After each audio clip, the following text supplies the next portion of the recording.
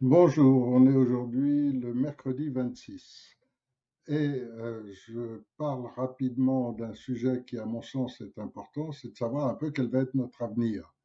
Or, je crois que la plupart des gens qui ont lu la démosophie ont pu s'apercevoir que ce livre écrit en 2001-2002 démontrait et montrait clairement tout ce qui s'est passé jusqu'à aujourd'hui, très clairement.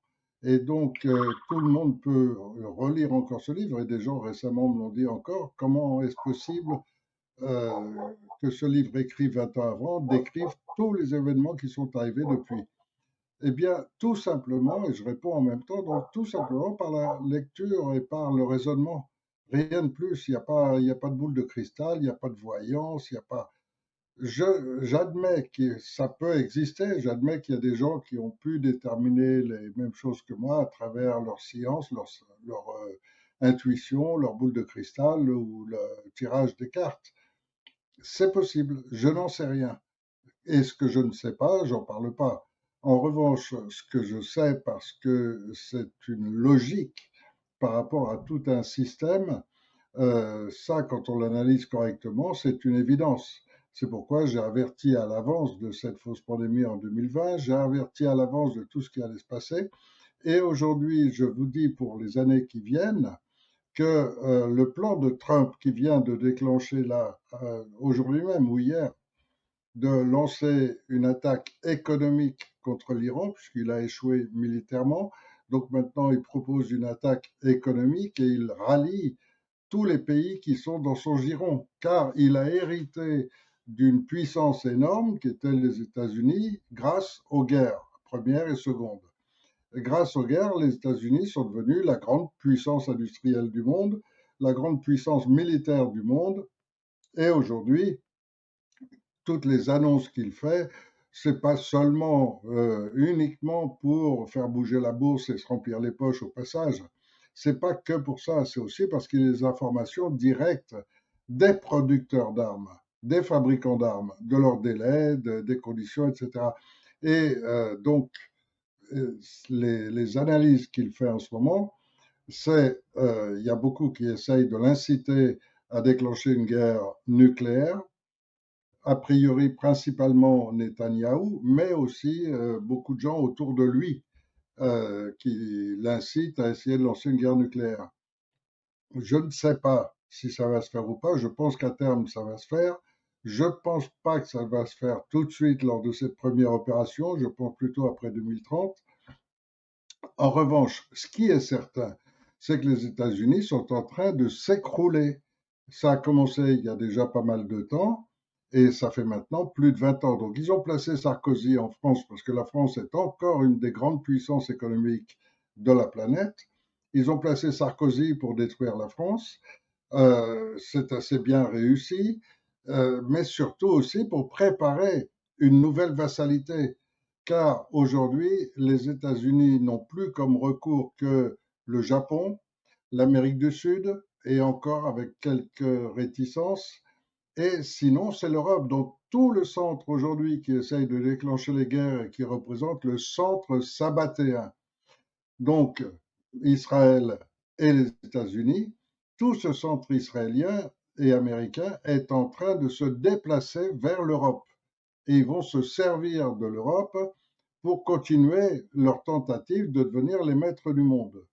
Mais dans leur gestion actuelle, ils voient que l'Afrique est en train de se libérer peu à peu, même s'il y a encore que très peu de pays, sur plus d'une cinquantaine de pays, il n'y en a encore que trois qui se sont véritablement libérés. Mais la tendance profonde, elle est là partout.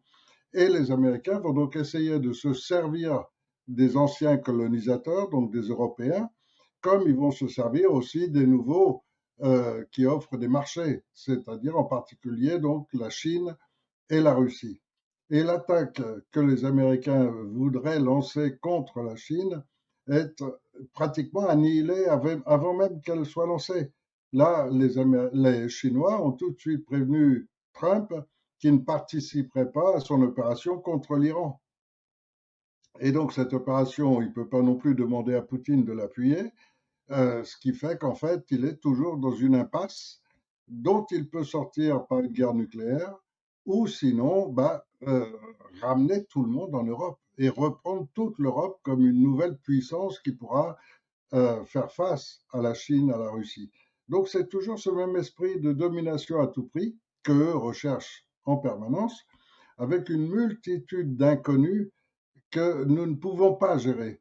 Tout le monde connaît la société BlackRock, sait que c'est une des principales sociétés des Rothschild, Rockefeller et autres qui ont créé la réserve fédérale et que c'est grâce à ça que BlackRock est si puissant.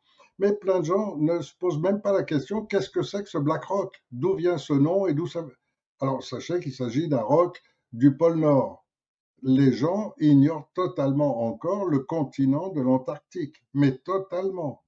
Les gens ignorent encore ce qui se passe dans la profondeur. Donc déjà, on ne sait pas ce qui se passe au niveau de la Terre à tous les niveaux, on ne connaît qu'une partie, et plusieurs parties encore restent inconnues, dont l'Antarctique, dont certaines zones du pôle Nord, dont certaines zones simplement sur Terre, parce que ce sont des vallées encaissées dans des zones vers l'Himalaya, vers ces régions-là. Mais il y a toute une partie d'inconnus aussi dans les couches terrestres. Et donc le manteau terrestre, sachez qu'il fait quand même plus de 2500 kilomètres de profondeur. L'espace de la Terre, si l'on en croit les dimensions annoncées, etc., c'est une dimension énorme qu'on ignore totalement, qu'on ne connaît pas. Tout ce qu'on en connaît, c'est quand de temps en temps une île va sortir d'un océan ou autre et qu'on va analyser les roches, etc., et tirer des déductions dont on n'est même pas sûr.